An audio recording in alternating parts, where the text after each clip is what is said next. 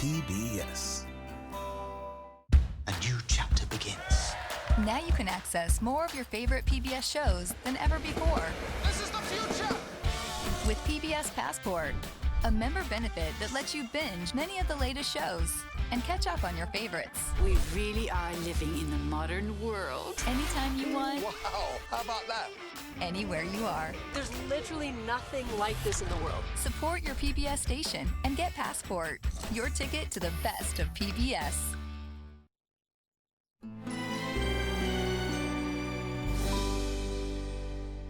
On the next Arizona Horizon, it's the Journalists' Roundtable. The state's congressional delegation takes sides in the impeachment effort against President Trump, and Cindy McCain criticizes both the state and national Republican parties.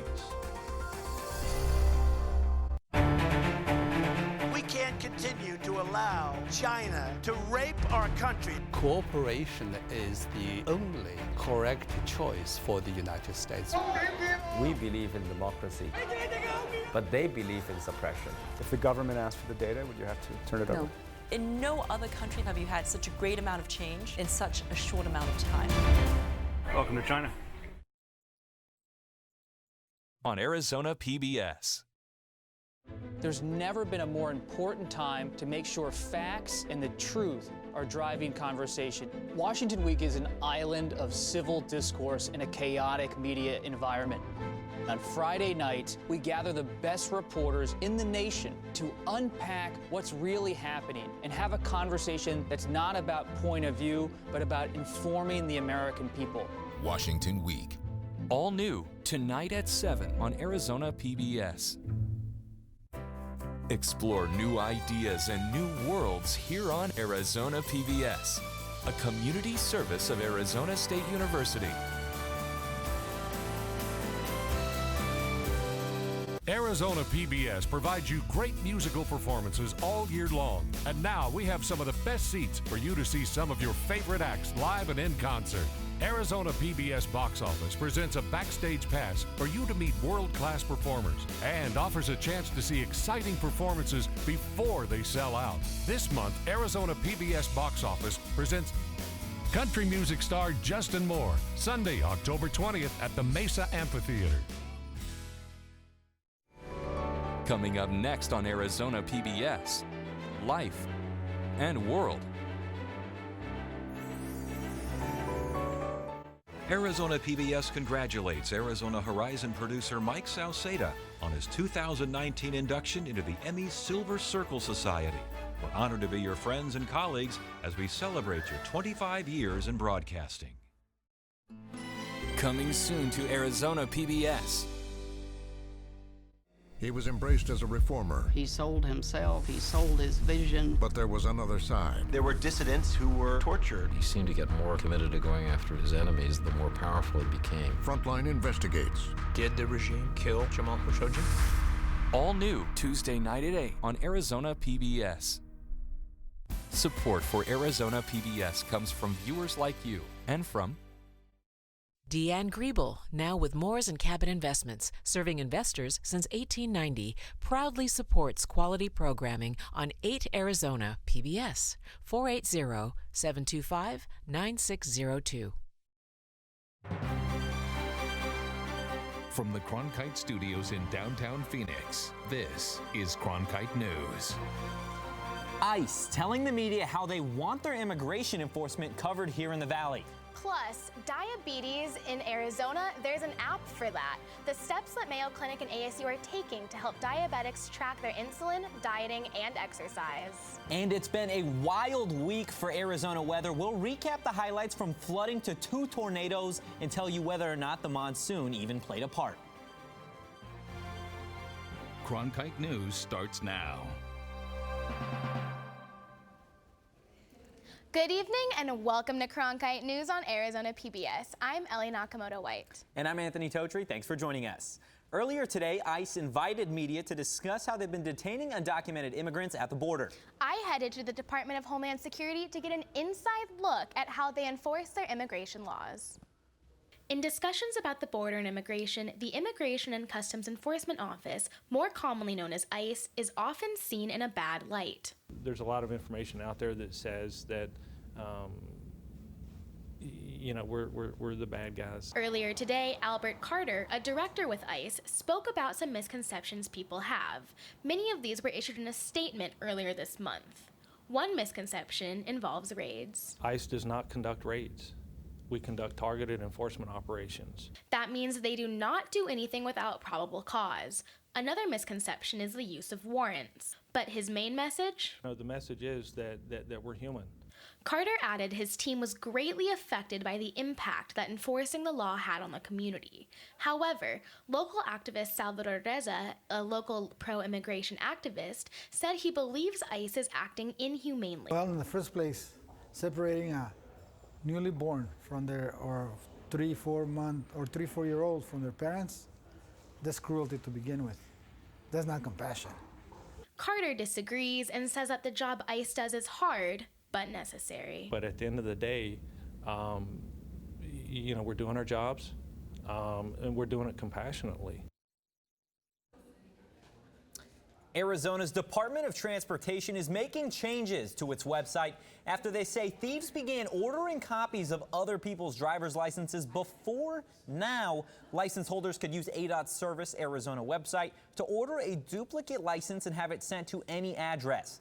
Now drivers must provide their license number to complete any transaction on the site. More than 160 Arizonans have been affected so far. New data from the U.S. Census Bureau shows Arizona is the fastest growing state in the nation. The state's population grew 2.2% in 2018. That's double the amount of growth from 2017. Neighbor states Idaho and Utah took second and third place. Almost 11% of adults living in Arizona have diabetes, or close to 600,000 adults. Diet, exercising, and insulin can help patients, but keeping track of all those things isn't always easy. But now there's an app for that, as Ricky Cornish reports. The Mayo Clinic and Arizona State University recently teamed up on a research project that can help people with diabetes live a healthier lifestyle.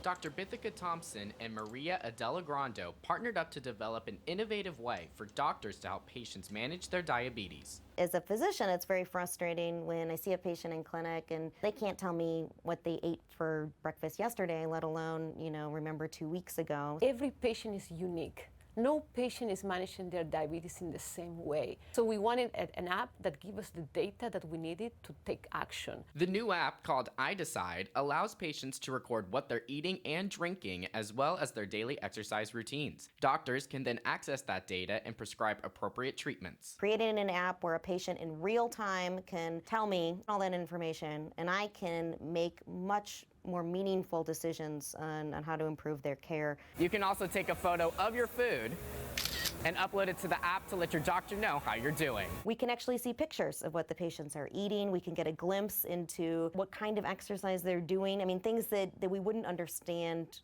necessarily otherwise. With more information at their fingertips, physicians can create customized plans to fit the person's needs. Patient and clinician can talk about it. During the duration of the encounter, they can discuss about it, and they can personalize the education and the interventions. Doctors and patients are currently testing out the app, but once it's complete, I Decide is expected to be free and widely available for everyone. In the control room, Ricky Cornish, Cronkite News. Today saw another round of the youth climate strike around the world, as well as here in Arizona. Take a look at these images from ASU's main campus in Tempe, where students gathered to continue demanding action from world leaders on climate change.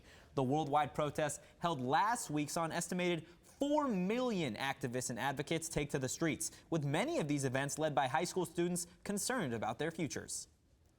Earlier this week, intense storms hit Arizona from the Colorado River all the way to the New Mexico state line. And here in the valley, some communities received nearly a third of their annual average rainfall. And believe it or not, the storms had nothing to do with the monsoon.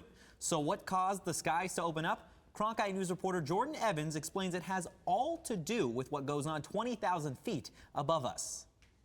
We actually have a tornado warning that is still in effect for at least, this is a storm that's tracking to the northeast. We are seeing a little bit of rotation begin to happen in this storm. Now we have to talk about dust. This was the scene in our newsroom earlier this week. It all started Monday, before the sun came up, as severe storms took over the Phoenix metro. Storms flooded the East Valley, then a tornado touched down in New River at noon. And soon after that, for Monday's drive home, hail and torrential rain pummeled most of the valley. We saw this coming. I mean, not necessarily a tornado, but we knew we're going to have a period of severe weather.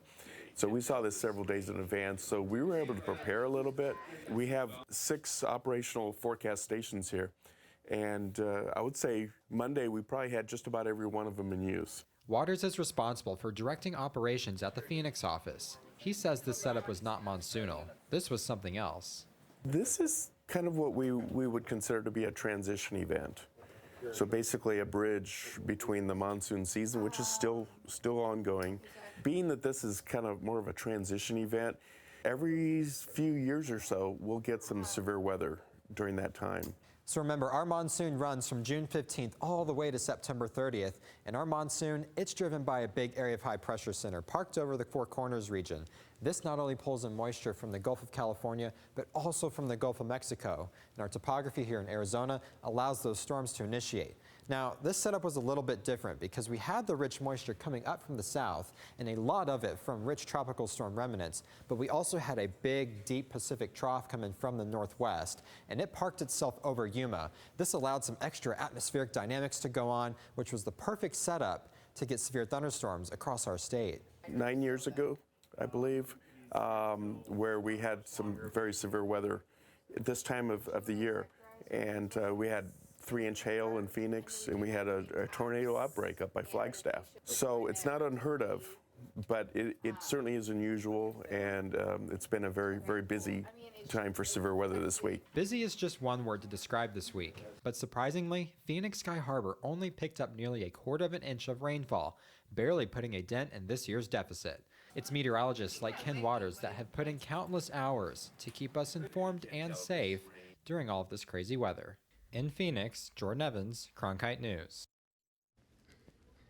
The Trump administration sparking protests after setting the refugee acceptance cap at a historic low.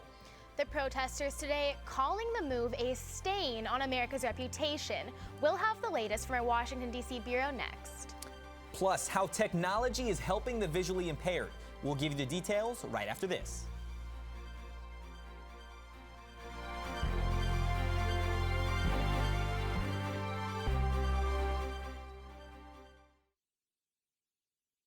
I'm Judy Woodruff, anchor and managing editor of the PBS NewsHour.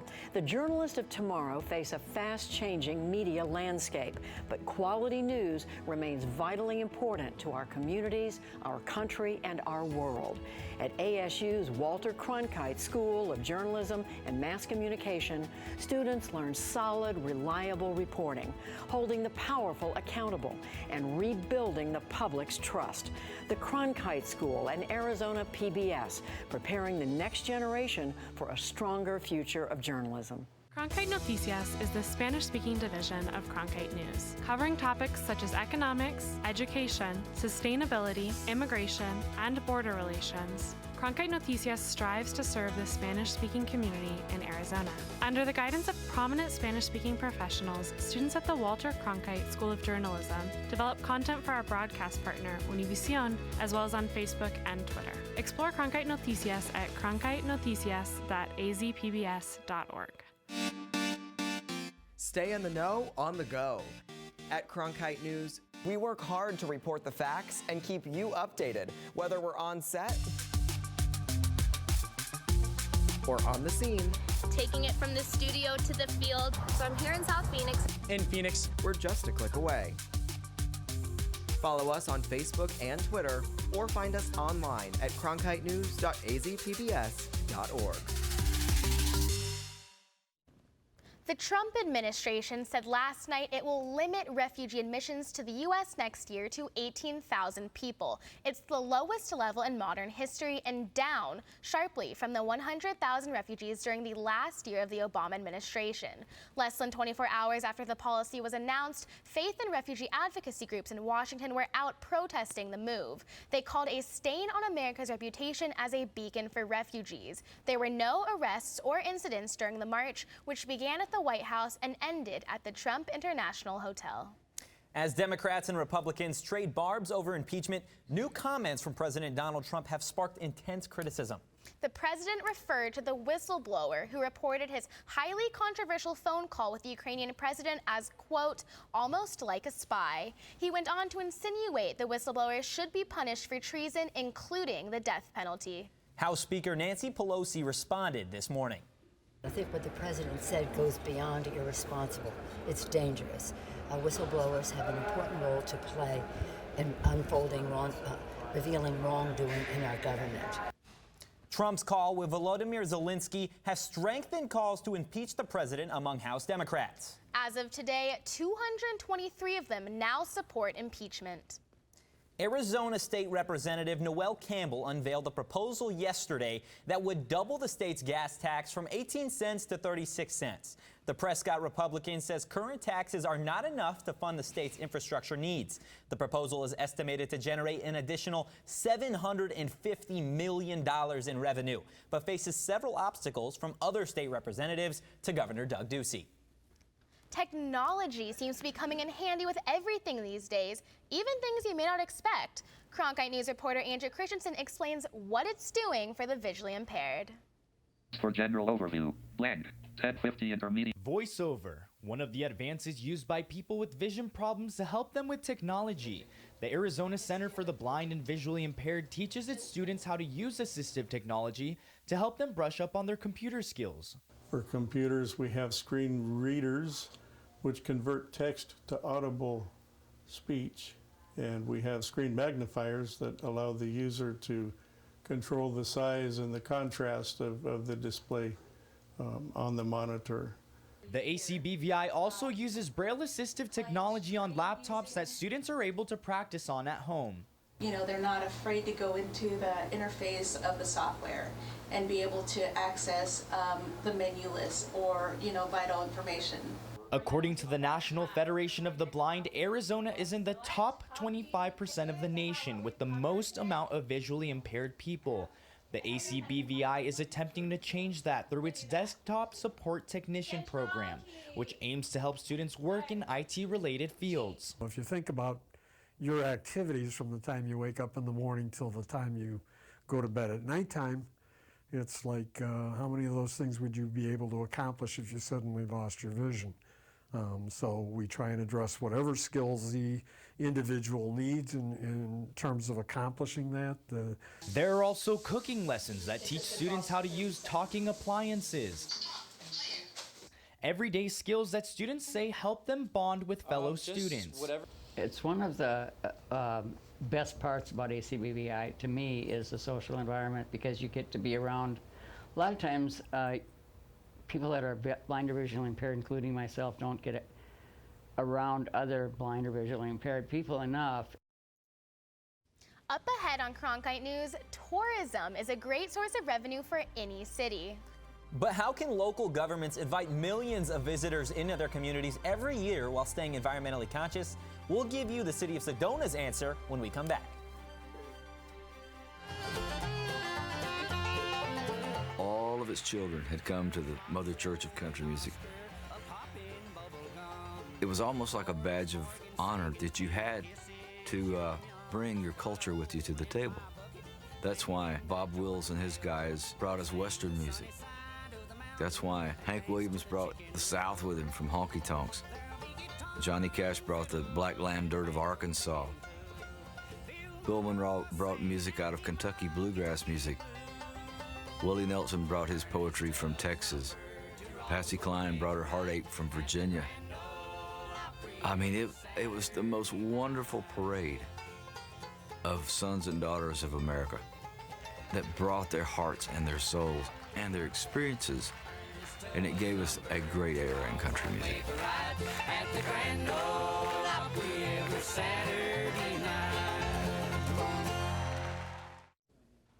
Tourism is a huge part of Sedona's economy, but city leaders and residents have concerns that their home may be loved to death. This spring, the town adopted a tourism plan put together with input from businesses, tourists, and residents. Charisma Sandoval tells us more about this scenic city's plan to manage their popularity. Towering red rocks, scenic views, and 3 million visitors a year. Sedona has become one of the most popular destinations for tourists in Arizona. Because it feels like we've gotten a million miles away from the city just only by driving for a few hours. And then on top of it, the town still feels small, still feels friendly, still feels connected to nature. Even though all these people visit, it hasn't lost all the things that made it special over the years. And keeping Sedona special is exactly what the city hopes to do by instituting a sustainable tourism plan. The plan aims to balance the small town needs of residents with a world-class experience for visitors, all while protecting the environment and economy. Tourism generates 10,000 jobs. It generates 77% of all of our city's sales taxes, which pays for all of our services that we enjoy as residents.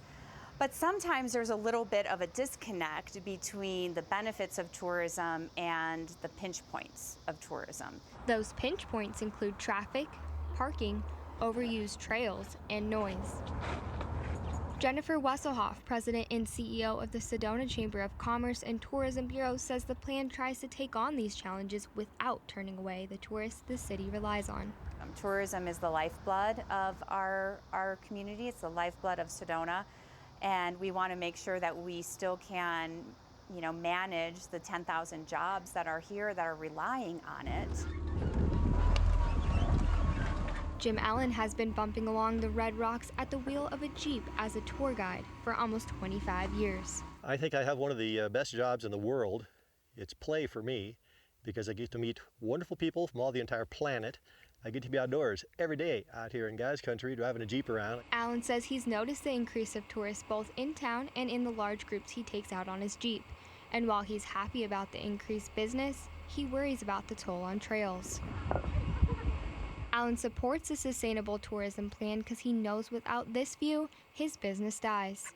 The plan hits the trails hard, with programs to monitor usage, limit trailhead parking, and promote less traveled trails. Allen works to educate people about picking up trash, staying on the trails, and respecting wildlife. I would like my great-grandkids to be able to see this as it is, to preserve it that way. Education is a big part of keeping Sedona beautiful. The Chamber developed a pledge for tourists that reminds them, among other things, to not make their own trails, eliminate those single-use plastics, and to pack in and pack out. That will give visitors the opportunity to share with their fans and friends that they're responsible temporary locals, really, while they're here. Protecting the environment is also why Kathleen Ventura is part of the committee that helped with the Sustainable Tourism Plan. We all have to take a hard look at our carbon footprint and what we're doing here and our social responsibility and sustaining Sedona in all of its glory, for as long as we can. Ventura says with more tourists comes more responsibility for everyone, businesses, residents, and tourists.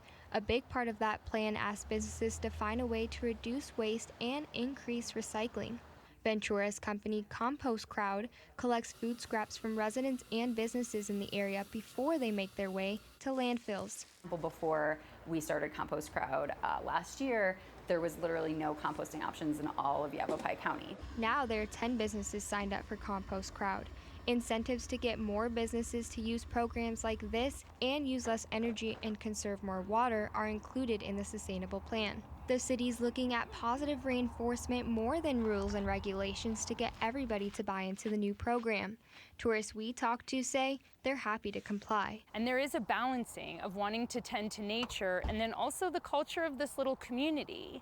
So the influx of that is unique, and I think Sedona has to kind of continue to be outside the box to stay itself. Especially if it means keeping the view.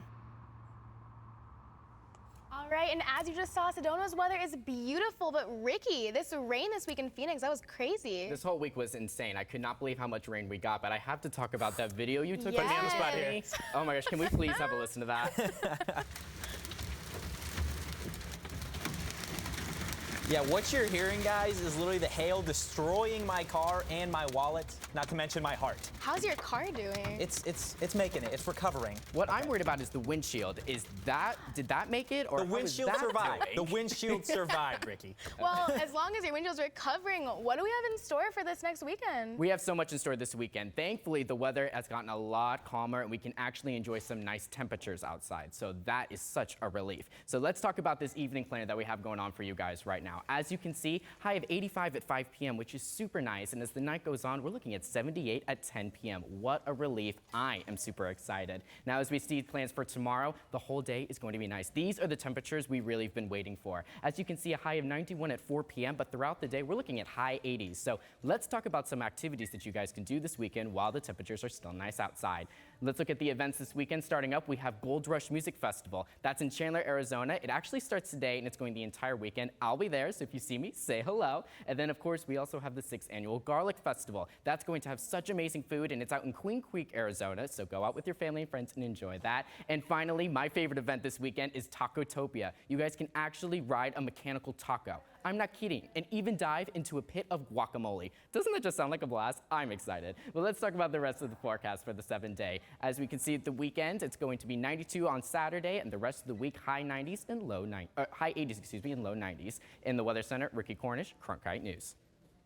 After the break, a female football player at Skyline High School is turning heads. We tell you why her role is different on the field.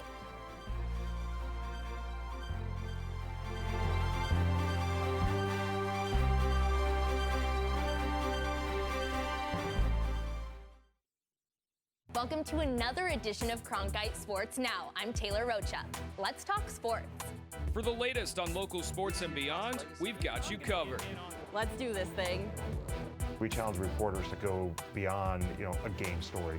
We want stories with depth. It's just a crucial step from the college experience into the professional experience while you're still in school. At Cronkite Sports Now, watch the journalists of tomorrow cover sports today. One female high school athlete has already made history, becoming the first female Arizona State wrestling champion in her weight division earlier this year. But now she's being noticed for her work ethic as a member of the high school varsity football team. Reporter Serena Perez also learned more about why she didn't try out in the past. Like any other high school football team, the Mesa Skyline Coyotes are working to improve their skills and conditioning. But what they have that most high schools don't? Icebox, the nickname given to their female running back, who is also the first AIA state champion in her weight division in the girls wrestling. Julia has a work ethic that's unmatched. It's as good as anybody on this team. She comes to work, she works hard every day.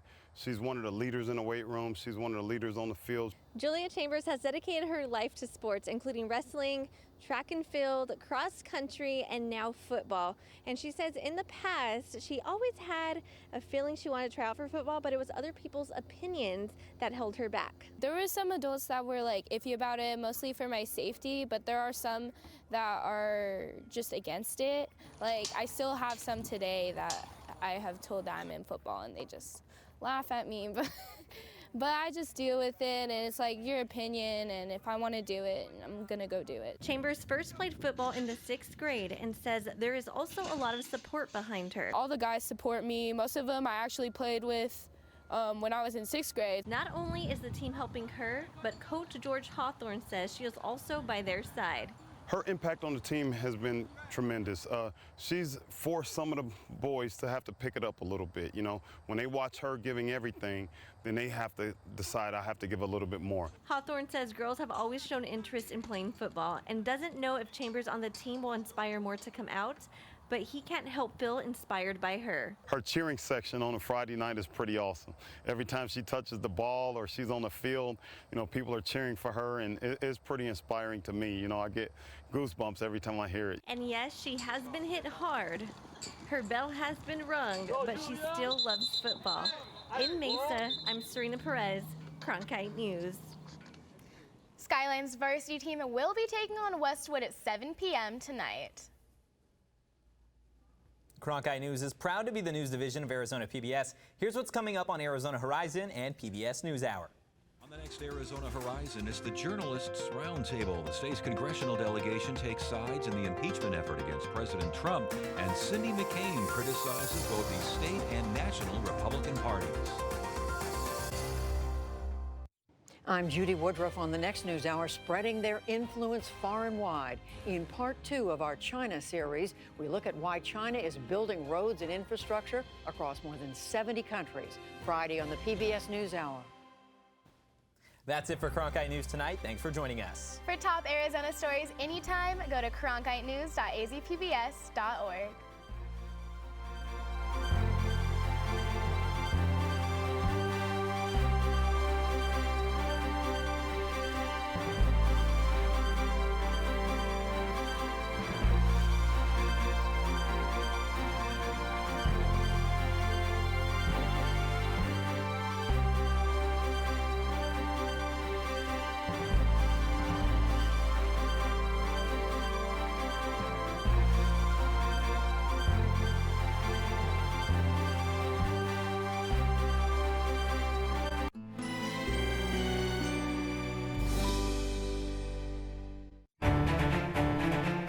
Continue to allow China to rape our country. Cooperation is the only correct choice for the United States. We believe in democracy, but they believe in